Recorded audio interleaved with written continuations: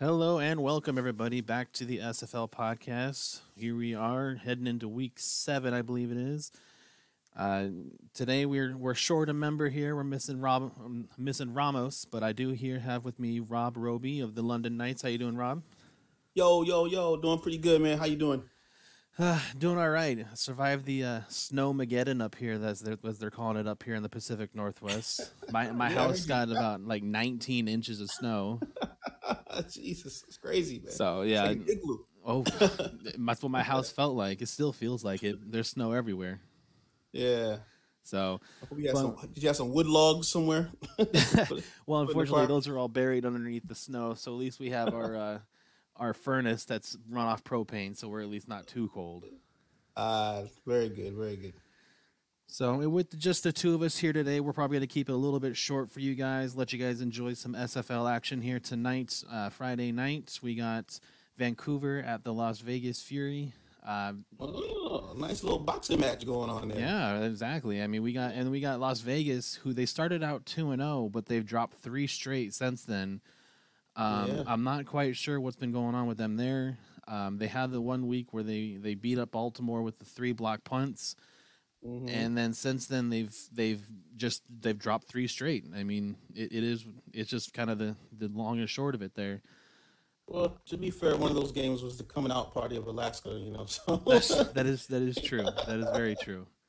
yeah. And then so besides that here though, we had some games happen this last weekend. We're just going to cover last weekend. We're not going to cover over the the first week that we missed here. That'd just be too much to do here. We're going to try to keep it short and sweet and simple for you guys. Yeah, sorry guys, I fell into a deep trance. It happens. It happens. Yeah.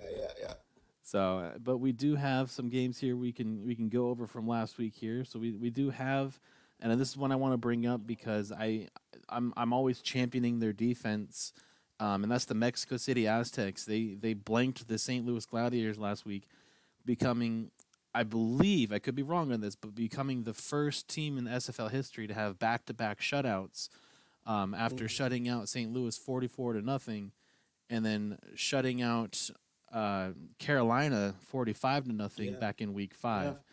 So How many points did they have in week 5?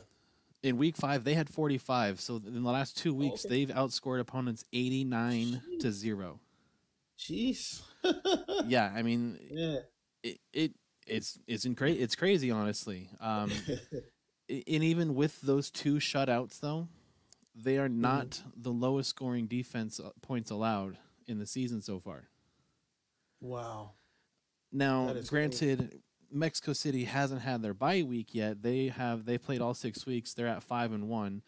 The defending 2-time defending champions, Alaska Storm, they're sitting at 3-2. So they've only played 5 games and they had their 1 bye week, and they've allowed 81 points. So I mean, if you do it by points per game, Mexico Right. City is the number 1 defense in the league right now with only 89 Gee. points allowed. And then they're the only team. Let's see, with six games played, the next team you could see for points allowed is the Houston Hyenas, allowing only 135 points. Now the stark hmm contrast to those two: Mexico City's 5-1, Houston is 1-5. Wow. That is. Yeah, I'm looking at this right now. Wow. Yeah, so I mean, it's craziness, honestly. Like, Yeah. you Yeah. see defense is important, but then obviously you see offense is just as important. With Mexico Yeah. City, literally almost double net points positive the next team, which is the Denver Nightwings at 65 Mhm. points positive in net points. Oh man. The Mexico Well, City Aztecs I've always are believed net that. positive 126. Like that's Yeah. crazy. Yeah. Well, my coach used to always say, offense was games, defense was championships, man. So, you know, you It you gotta love a good defense. oh yeah, yeah, for sure. hmm So, and I mean, went back when I was a player, I was a defensive player, and I absolutely loved it. It's one of the things I absolutely love about anything of this sort.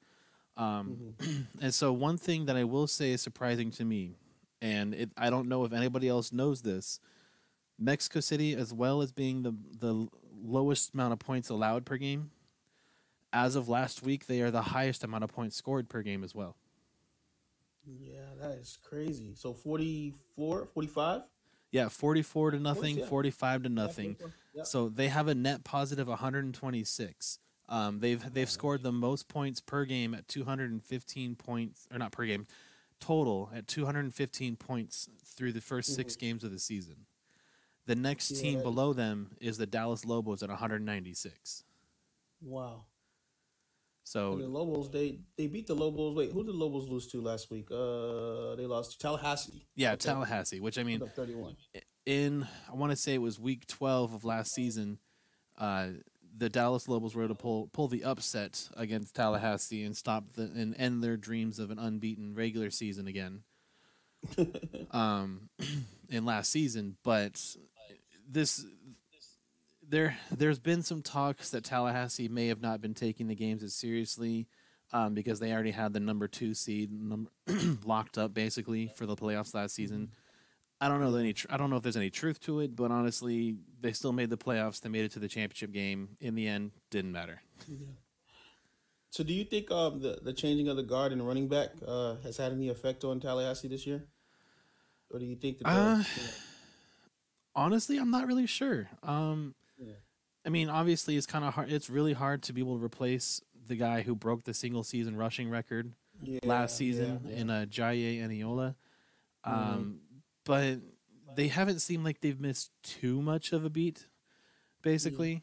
Well, they weren't 3-2 last year, were they? No, they 5-0 were or they 4-0? were 10-0 until they came up against Dallas last season. Yeah. So I mean, the thing is Yeah. I think it's more of their passing game hasn't quite been as up to snuff with Christian Christensen back there. They've still been rushing the second most in the league at 132 yards a 132 game, yards, basically. Yeah. But their passing I've game seen has that. only been about 252 yards, which actually puts them pretty close to the bottom of the league for passing yards per game. Yeah. So I'm not sure specifically what it is here that kind of is the difference there.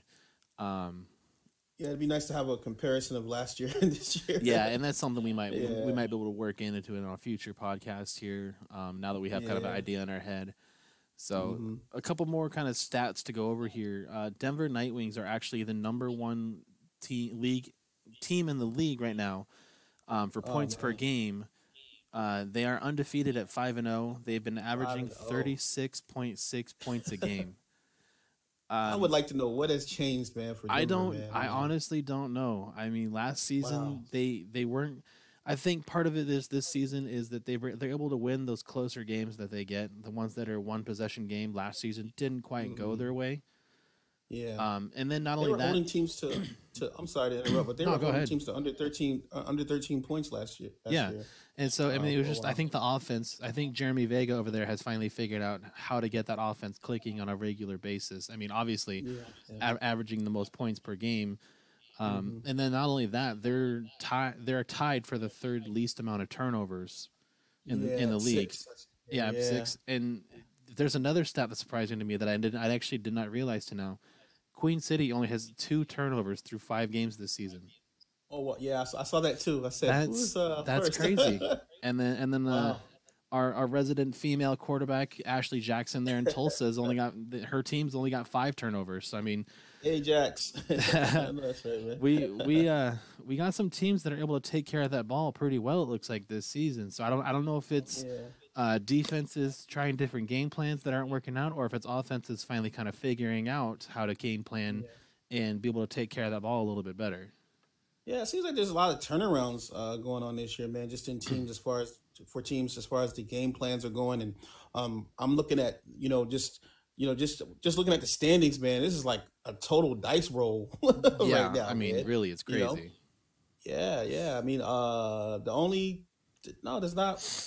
there's not one undefeated team in the top 5 right now, except for undefeated Denver. team last year. From last year. The only undefeated team in the league left right now is Denver, and I think if I remember correctly, I could be wrong. They just barely missed out on the playoffs last season. They made a push towards the end of the season there.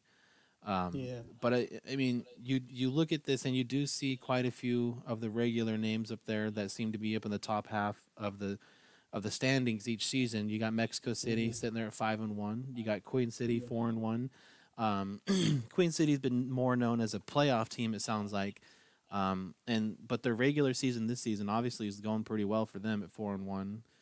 New Yeah. Orleans barely missed out on the playoffs last season. They're sitting at 4-2. Chicago Hmm. sitting at 4-2. One of the surprising teams there are Alaska sitting at 3-2. Especially Oh after yeah. having an undefeated season last season and then coming in week one and losing to Baltimore, and then last Yeah. week they lost to Baltimore. Like that, I They don't ran know into what the it is. moving But I don't spikes. know what it is about Baltimore, but they found the kryptonite to Alaska. Yeah, Baltimore, man. That's a rough team, man. They're just like a bunch of thugs, man. You don't want to run into that Oh team. yeah. So yeah. So and then on But the opposite end of the spectrum here, I feel I'm a little surprised. I mean, okay, I'm not a little surprised. I'm very surprised at Houston sitting down at 1-5. yes, Um, super surprised. based off Kentez, what's going on? What's going on, based guys? on the finishes from last season, Carolina, I'm a little bit surprised at sitting at 2-4. Hmm. Now, granted, they did have some Were they turnover in their. 500 last year? I believe they were 7-5, maybe. 7-5, yeah, yeah, But I do know that based off of last season, they also had quite the turnaround or turnover in their front office. They have a new hmm, defensive coordinator in Johnny Savage, okay, um, who I believe used to be Sir Chappelle, who has now moved on over to Tallahassee. And okay, they also have a new offensive coordinator in LB Allen coming over from Atlanta. And he's replacing AJ Francis, who also went over to Tallahassee. yeah, Um, so I mean, there's a learning curve there, and you can see some weeks they do really well, and then some weeks they just yeah. something just doesn't go their way, and it just consistently doesn't go their way in that game.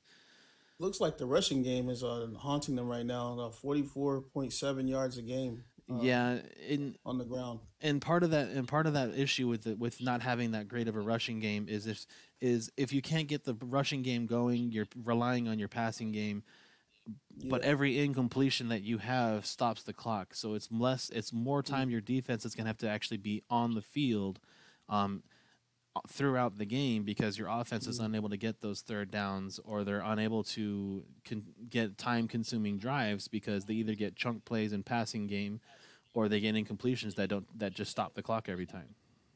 yeah, they're man, they have 78 third down attempts and they've only converted 38 of those. Yeah, it's not a Yeah. very pretty thing. I mean, I want to say it's still Mhm. about 50%, but Yeah. but just like I said, it all comes down to the point. Most of the points I can't say most of the points they scored, but most teams that have relying on the pass game is they're doing a lot of these down the field passing, and so they're either getting those incompletions or they're getting their basically they're getting long plays that set up the scoring plays for them, and so they don't have very Mm, long time of possession games. I'm actually kind of curious to see if we can go back and look at games at what their times of possessions were. yeah. And the other part of it is their offense is giving the ball away at a pretty healthy tick at 16 turnovers, and Hmm. they've only been able to convert uh, about I want to say 12 takeaways, so they're at a -4 for turnover differential right now. Hmm. I mean, stuff Well, like that is always going to be a factor in your games. Um, they beat the Hyenas. Looks like earlier in the year, they did, yes. and yeah, and I thought that was a pretty good feat there. And they wound up just barely losing to the Swarm. And um, let's see what they do in week 4. Oh, they lost to QCC. Hmm. And in week 5, what did they do here? Oh man, okay, so the Aztecs that.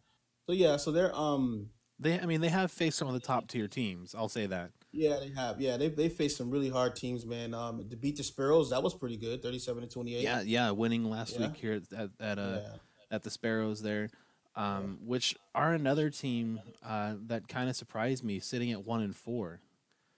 Oh yeah, Last season they were a solid team for most of the season, pretty much. Yeah. And then starting off this season at 1-4 is kind of sitting in that realm of the hyenas to me. Is these You know, teams the last two yeah. seasons have been great teams. Houston getting to the semifinals the last two seasons. Sioux Falls getting, I believe, to the quarterfinals the last two seasons, and then it's just kind of like, what happened here this season so far? Yeah, yeah. You know, I still tell people, man, once they lost the running back, Sioux Falls, man, uh what's his name? Redmond or Yeah, is it Redmond? Robert Yeah, Redford.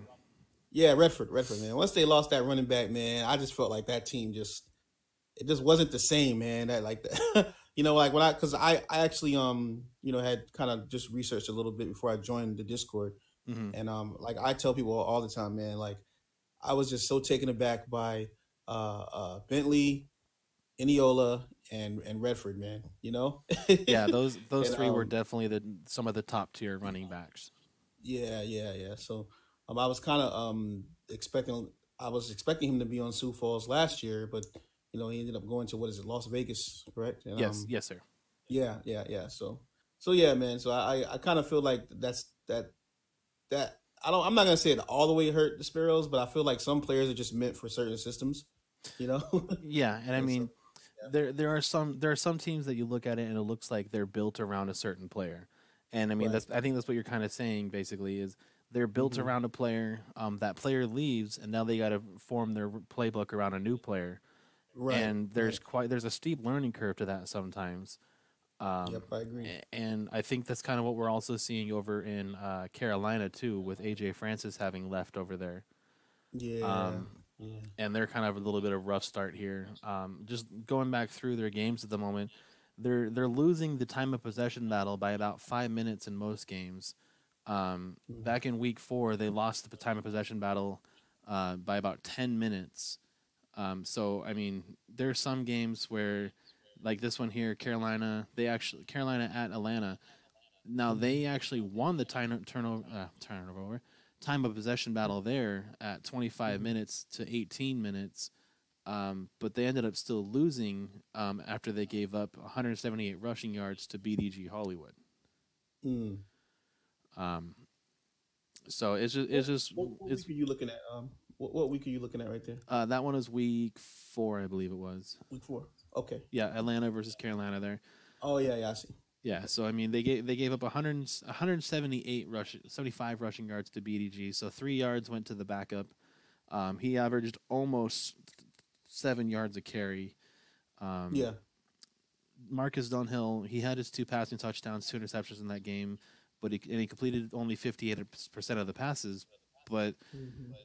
if you're not gonna, like I said, like it shows that thing where you get those chunk plays, BDG Hollywood, you're not gonna have the time of possession, but you're gonna Hmm. have the score usually. But the problem for Carolina, it seems this season, is that the offense, they're getting those chunk plays, but they're giving the Hmm. ball away more than they're able to score with it.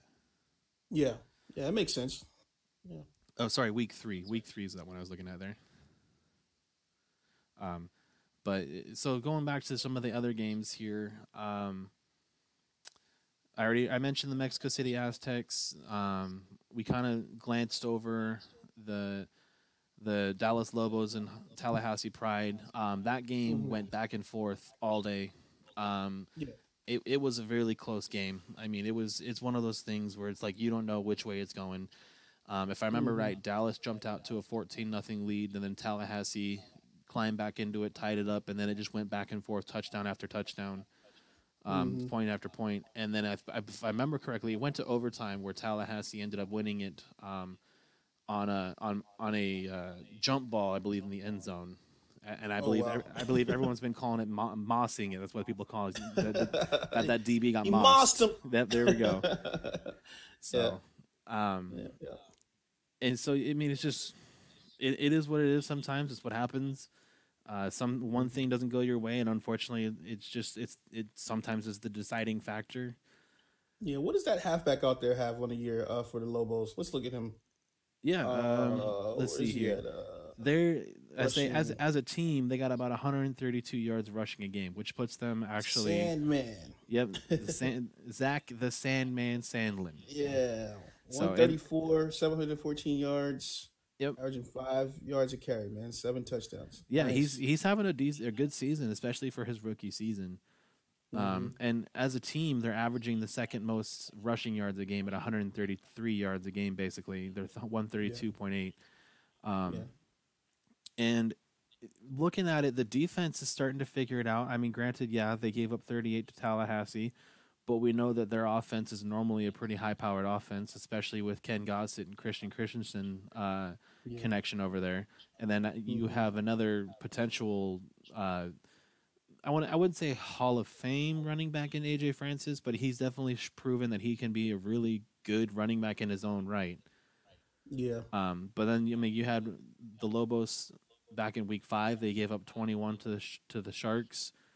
Um, and I mean, that you can't be mad at the Lobos, man. I mean, what were no, they? they've What were they last year? Did they win? How many games did they win? Two, one, let's put two. it this way. So far they're 3-3, and they've Yeah, at least matched their total wins from the last 2 seasons. yeah, Because they yeah, went in season 10, they won 1 game. Last season they won 2, and this season they've won 3. yeah, So yeah. they're definitely So going in the right direction. right, you definitely wouldn't have thought they would be balling with Tallahassee Yeah, this year.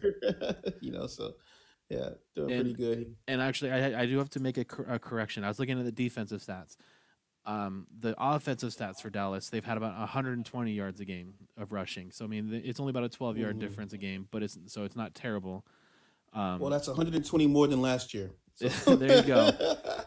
Last year they were yeah, about 700 yards passing a game and about 3 yards rushing. I mean, I think everyone yeah, remembers that yeah, one.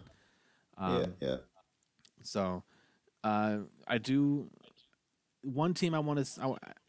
Although they lost this last week, and I hate to do this to Chicago, and it always seems to Hmm. be the time that we actually cover them is the week that they lose, which somehow they're 4-2, I believe it is, and the two Hmm. weeks that we've actually like really covered them are the weeks they lose. Yeah, I don't know how it happens that way. I I know don't. it. I'm sorry, Shan. I'm not trying to do it this way. So, but they have. I'm like, Yeah. I'll leave the game alone for the most part. I mean, they lost 14 to Hmm. 42 to the London Knights, which, Yeah, Rob, I yeah. mean, you know that game pretty well, I'm sure. Oh my gosh. So, Yeah. but so far this season, they've had a really good season Hmm. um, for themselves. They've only been averaging 19.5 points a game on offense, but and they've been giving up 23.17, which if Yeah. you look at a team like that, you see that you're like, how are they 4-2? They give up 4 more points a game than they score. Yeah. Well, Yeah. the 2 games that they've lost have been blowouts. That's the only 2 games they've lost have been blowouts.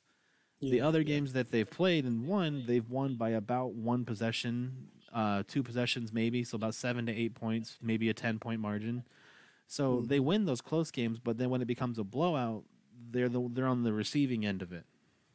Yeah. And to be fair, I know I'm on the other side of this of this conversation, but to be fair, I think last week they ran into a totally different team in the London Knights.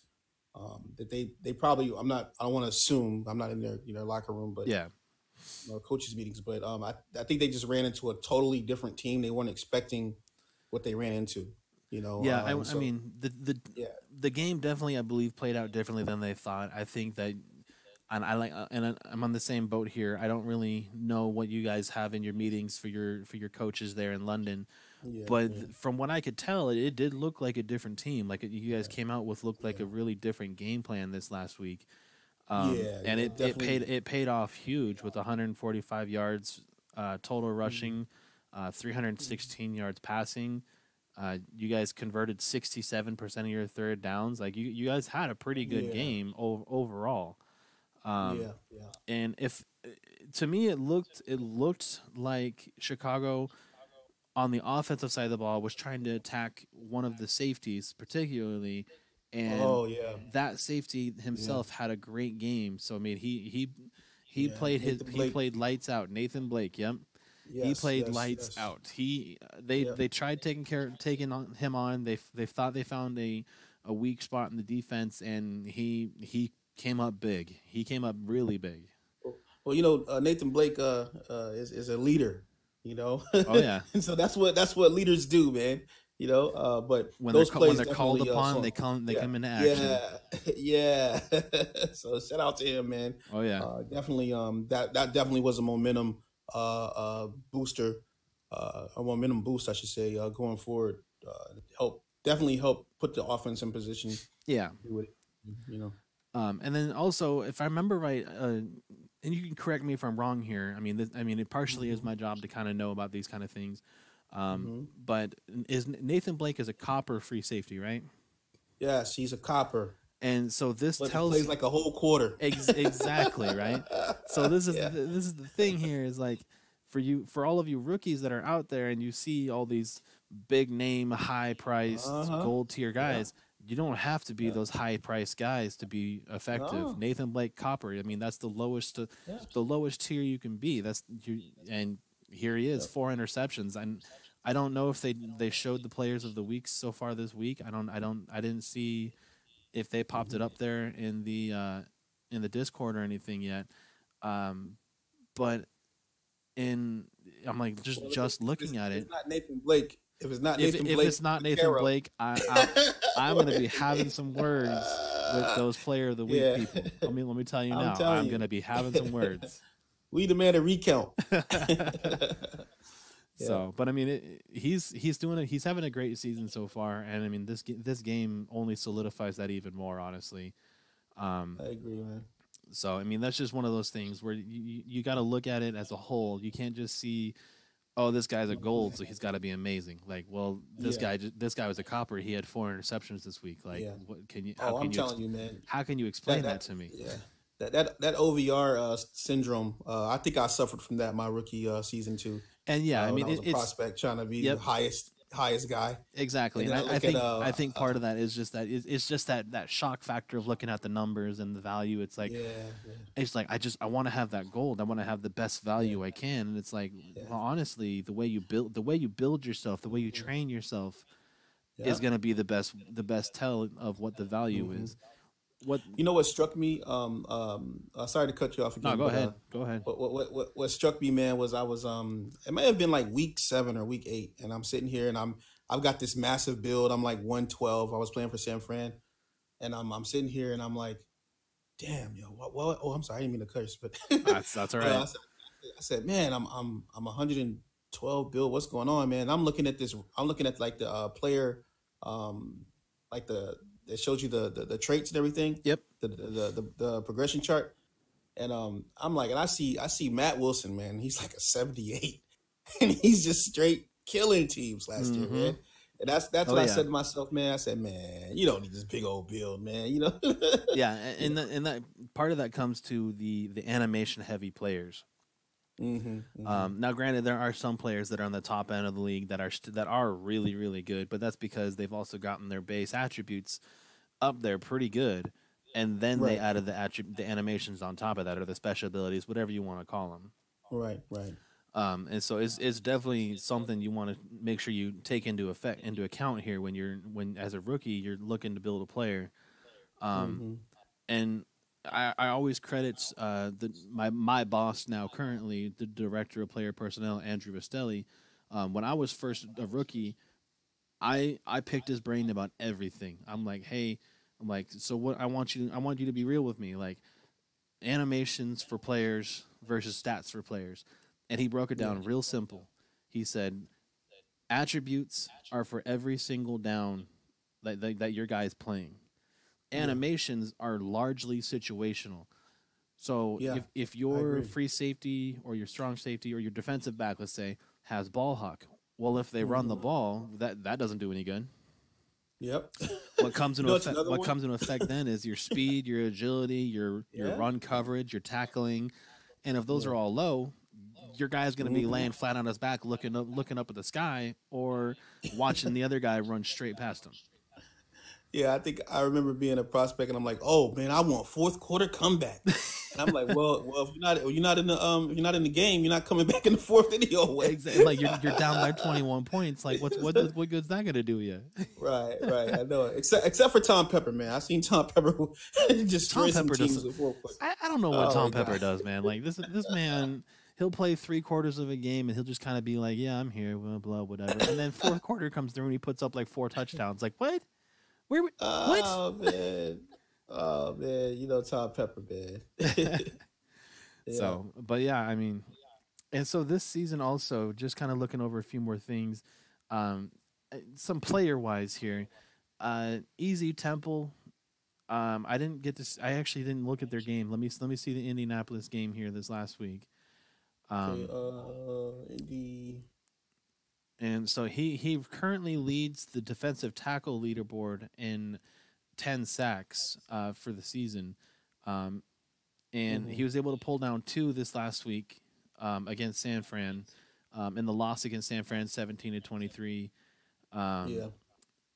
San Fran's very dangerous, man. They are very dangerous. They're not to take away from Easy right now, but I'm sorry, man.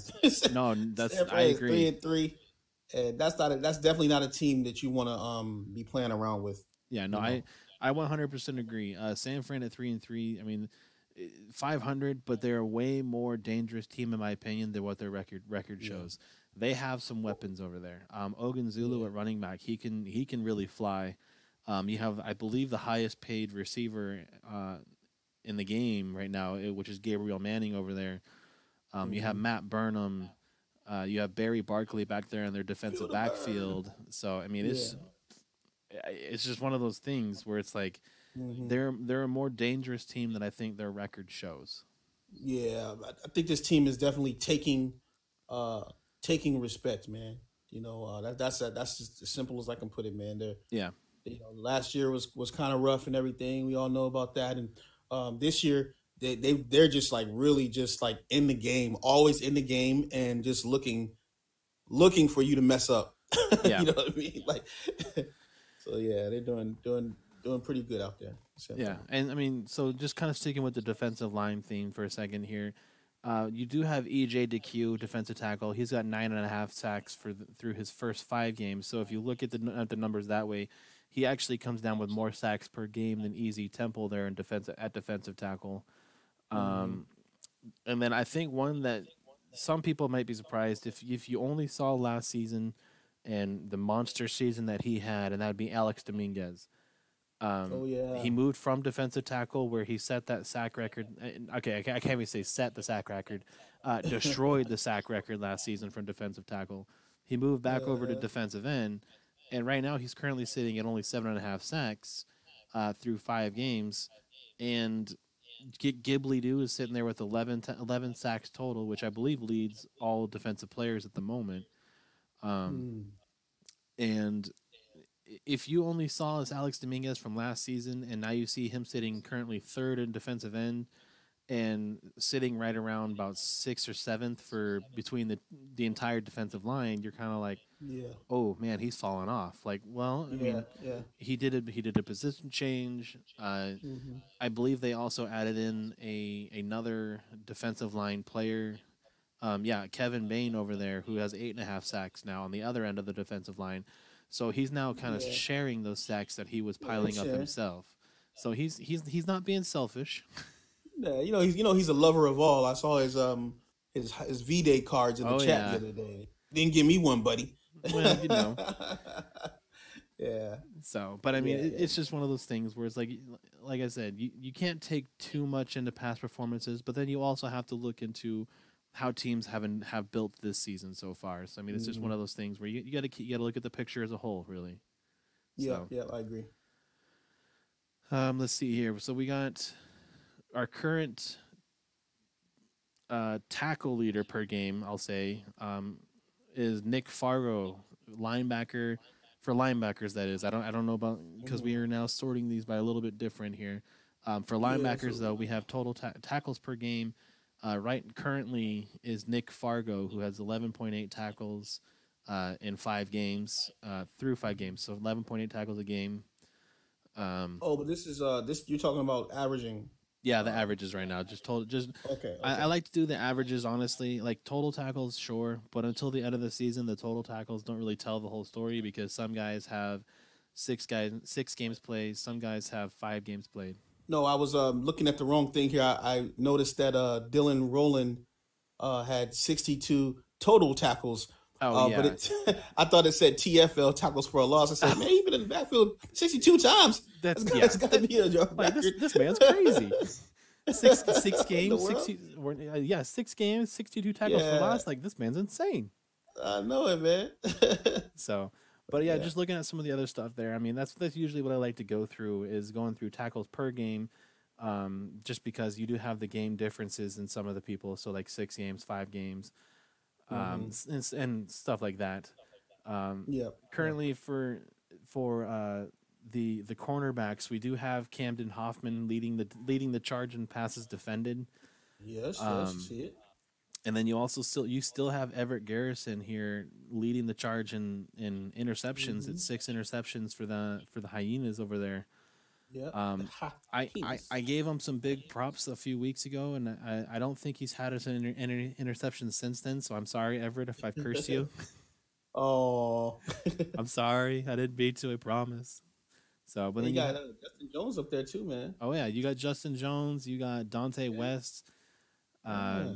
you got Christopher Dodd, with just his 2 games that he had played for you guys over in London, had 4 interceptions. I mean, Yeah. if he was able to stick around, unfortunately, he just kind of disappeared and no one was able to find him again. He could have stuck around and he could have definitely broken, I believe, an interception record, honestly, Yeah. with the pace he was going. Yep. So, but then kind of just going through the free safeties, you got Pablo Zamora leading the way with 6 interceptions. He's also up there tied with the tops for passes defended back there. Hmm. Free safeties, you got Brady Clark and Nathan Blake tied at 5 interceptions.